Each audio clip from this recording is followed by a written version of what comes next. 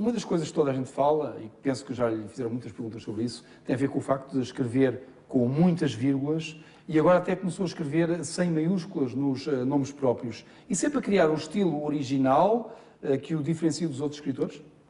Não, nunca pensei nisso, nesses termos. Não sei se são muitas vírgulas, eu creio que são as necessárias, não é? Mas com muitas ou as indispensáveis, há uma razão básica que é uma tentativa, talvez nem sempre lograda, da aproximação do discurso escrito ao discurso oral. Você repara que quando não usar outros pontos de interrogação, outra pontuação, a interrogação, a exclamação, as reticências, tudo isso, o travessão, o famoso travessão, que parece que nos acompanha de cada vez que estamos a conversar uns com os outros, parece que há um travessão invisível que se mete aí. Não, é simplesmente isto, confio na sensibilidade do leitor, o livro de alguma maneira é-lhe entregue inacabado, nesse particular. Mas há alguma coisa que para mim é fundamental. Repare, nós falamos como quem faz música. Toda a fala e toda a música se constrói com sons e pausas. No meu caso, nos meus livros, nem sequer eu me atreveria a chamar à vírgula e ao ponto pontuações, sinais de pontuação. Chamo sinais de pausa. Uma pausa breve e uma pausa mais longa. Como se fosse música, digamos assim.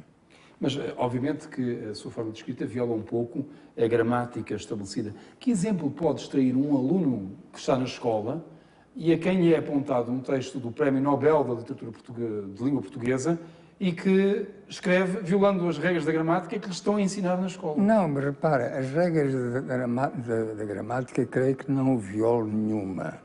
Enfim, da ortografia, usar nomes próprios com minúsculas... Não viola a sintaxe, abuso às vezes um pouco dela, e isso é certo, mas eu não sei, evidentemente, que há uns poucos meses, quando nós fizemos, a Fundação organizou a sessão sobre os José Rodrigues Miguéis, e isso falou muito da Escola do Paraíso. Eu, em certa altura, intervim para dizer que, francamente, acho que a leitura obrigatória para o 12º ano deveria ser não o Memorial do Convento, que levanta uma infinidade de problemas para os quais os alunos com essa idade não estão nada preparados, e dar-lhes um bom livro, um excelente livro, um admirável livro, que é a Escola do Paraíso, de onde se fala de coisas mais próximas deles, e com uma linguagem que não levanta os atritos que o Memorial do Convento levanta, mas enfim, não fui eu quem escolheu o livro, mas digo com toda a franqueza e sem nenhuma,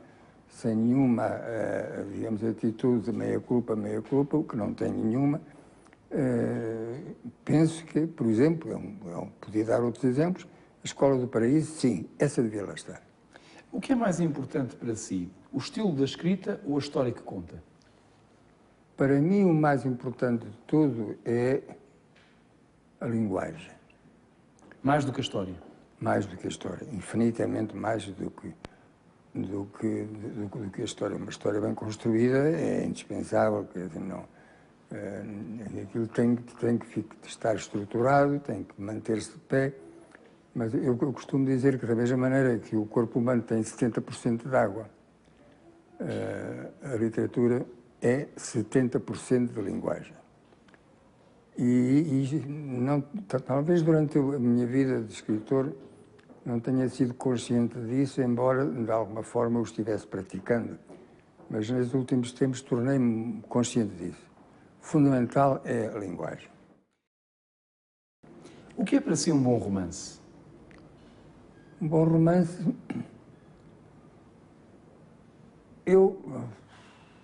embora isto possa parecer um pouco pretencioso, eu estou por aquilo que foi dito por Kafka. O romance deve ser uma acha capaz de romper o mar gelado da nossa consciência. E ele mais ou menos acrescentava isto, se não for assim não vale a pena. Claro, isto é demasiado radical e não tenho a certeza que ele o tenha dito. Mas é essa ideia de que... Mas se não o disse, soa bem. Mas se não o disse, soa bem. Se não o disse, soa bem. Eu creio que sim, isso para mim foi fundamental. Não sou muito de abandonar a leitura de livros a meio. Não? Em geral, tenho essa superstição de que o livro deve ser lido até ao fim, mesmo que não seja excepcionalmente bom. Mas o romance que me satisfaz, no fundo, é porque eu deixei de acreditar no romance novecentista.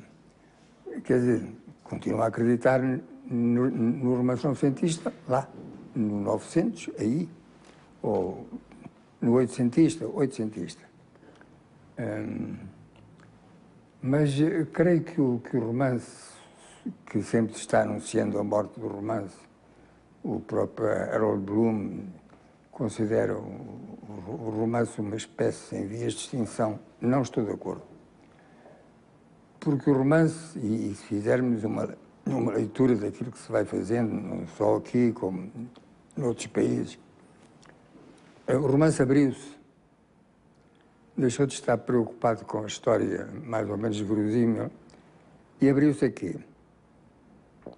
Abriu-se à poesia, abriu-se ao drama, abriu-se ao ensaio, abriu-se à filosofia. Em minha opinião, o romance, de acordo com as transformações porque passou recentemente e continua a passar,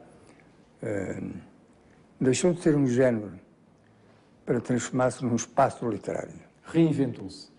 Sim, de certo modo. Deixou de ser um género classificado, definido e, portanto, dando a ideia de que fica definido para todo o resto do tempo. Não, modificou-se, alterou-se, encontrou por instinto, ou fosse por que fosse, portas de entrada, no fundo, para dar uma imagem, é como se o romance fosse o mar e que recebesse água dos seus afluentes e que esses afluentes fossem, como eu digo, a poesia, o drama, o ensaio, a filosofia, tudo isso. O romance tornou-se outra coisa.